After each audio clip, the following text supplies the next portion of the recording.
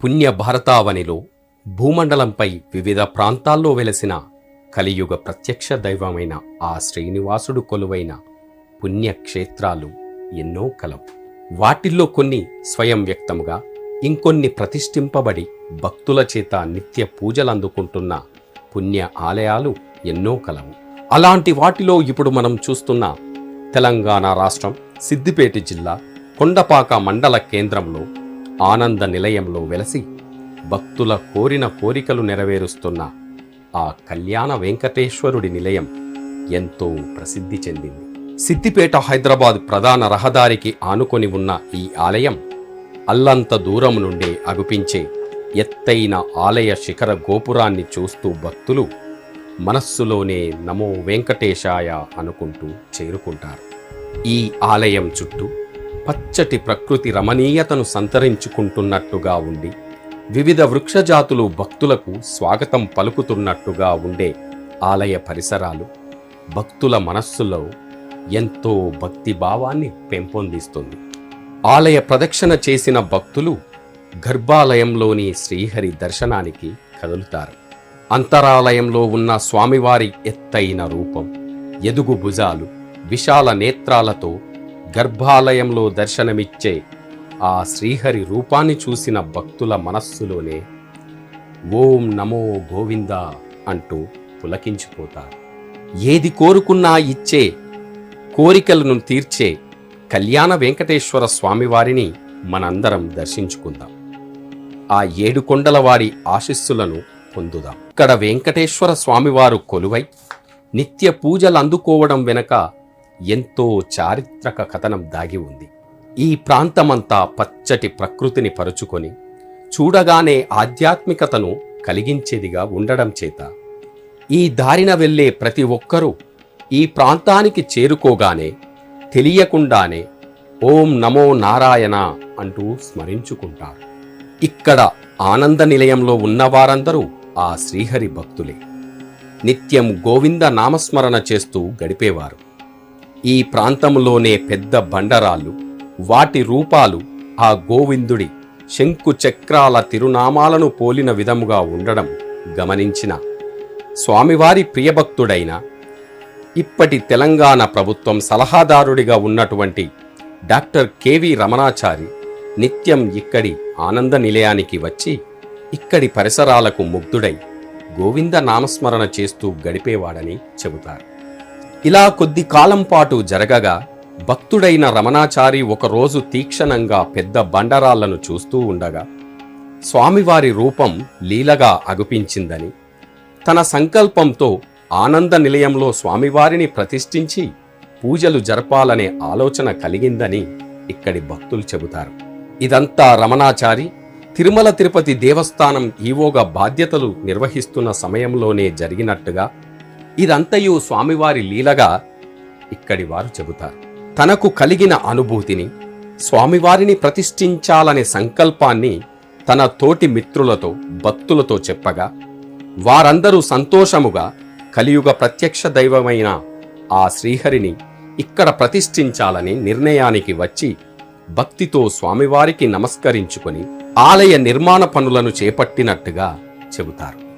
భక్తుల సంకల్పానికి ఆ దేవదేవుడు ఆశీస్సులు మెండుగా తోడై అనతి కాలంలోనే ఆలయాన్ని నిర్మించినట్టుగా ఇక్కడి భక్తులు చెబుతారు.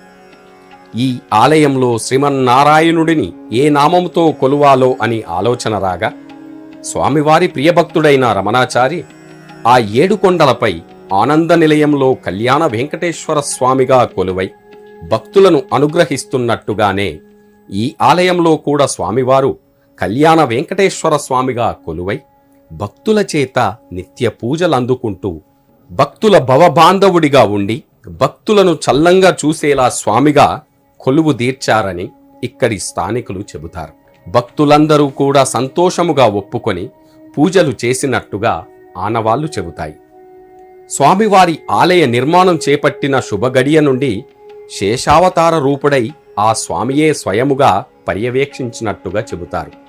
ప్రతిరోజు నాగుపాము రూపంలో ఇక్కడే ఉన్నాడని, స్వామివారి ప్రతిష్ఠ జరిగే వరకు ఇలాగే జరిగిందని చెబుతారు.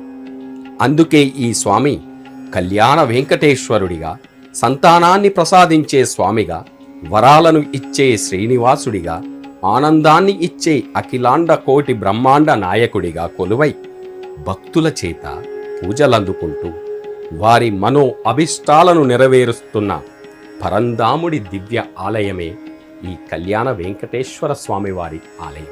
వివిధ ప్రాంతాల నుండి వచ్చే భక్తులు స్వామివారి ఆలయం చుట్టూ ప్రదక్షిణలు చేసి స్వామివారిని దర్శించుకుంటారు. భక్తితో తమ కోరికలన్నీ నెరవేర్చుమని వేడుకుంటారు.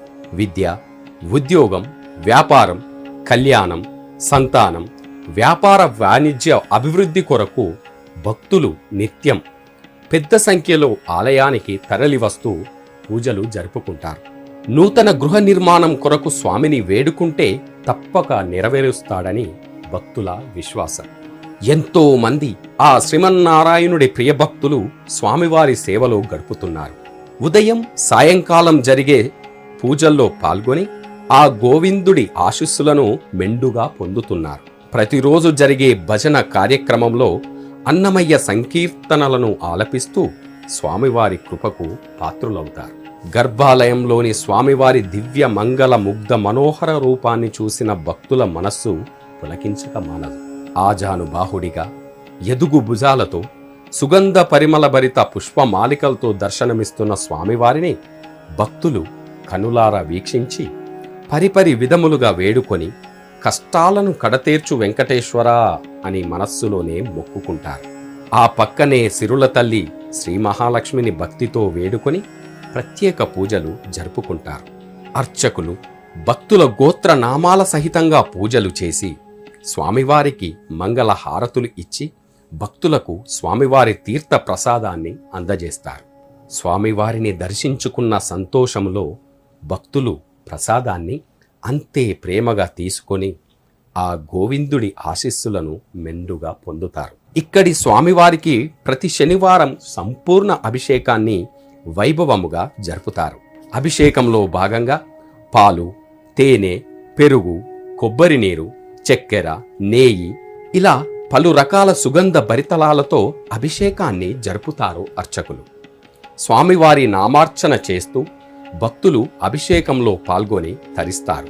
అభిషేకం అనంతరం స్వామివారిని సుగంధ పరిమళభరిత పుష్పమాలికలు, మల్లెలు, చేమంతులు, గులాబీలు, కనకాంబరాలు, సన్నజాజులు, ముద్దబంతి పూలు ఇలా పలు రకాల పూలతో దండలను అలంకరించి రచిత వజ్ర వైడూర్యాలు, కెంపులు, పచ్చలు, ఆభరణాలతో అలంకరించి ముల్లోకాలను పరిపాలించే చక్రవర్తిగా అలంకారుడై భక్తులకు దర్శన భాగ్యం కల్పిస్తారు. ప్రతి ఏటా స్వామివారికి జరిగే వార్షిక బ్రహ్మోత్సవాలు అంగరంగ వైభవంగా 5 రోజుల పాటు నిర్వహిస్తారు. వివిధ ప్రాంతాల నుండి పెద్ద సంఖ్యలో భక్తులు ఆలయానికి చేరుకొని స్వామివారిని దర్శించుకుంటారు. వివిధ వాహనాలపై ఊరేగుతున్న స్వామివారి దివ్య మంగళ రూపాన్ని చూసిన భక్తుల మనస్సు గోవిందా గోవిందా అంటూ 2 చేతులెత్తి భక్తితో మొక్కుకుంటారు. మంగళ హారతులతో స్వాగతం పలుకుతూ దర్శించుకొని పూజలు చేస్తారు భక్తులు. ఈ ఆలయంలో నిత్య పూజలతో పాటు సంక్రాంతి, ఉగాది, మహాశివరాత్రి, శ్రీరామనవమి, దేవీ నవరాత్రులు, గణపతి నవరాత్రులు, దీపావళి వేడుకలను ఎంతో వైభవముగా, నేత్ర పర్వముగా జరుపుతారు. స్వామివారి ఆలయానికి వచ్చే భక్తులు 11 లేదా 21 శనివారాలు ఆలయం చుట్టూ ప్రదక్షిణలు చేస్తే తప్పక కోరికలు నెరవేరుస్తాడని నమ్మకం. కోరిన కోరికలు తీర్చే సిద్దిపేట జిల్లా కొండపాక కళ్యాణ వెంకటేశ్వర స్వామివారిని మనందరం దర్శించుకుందాం. ఓం నమో వెంకటేశాయ.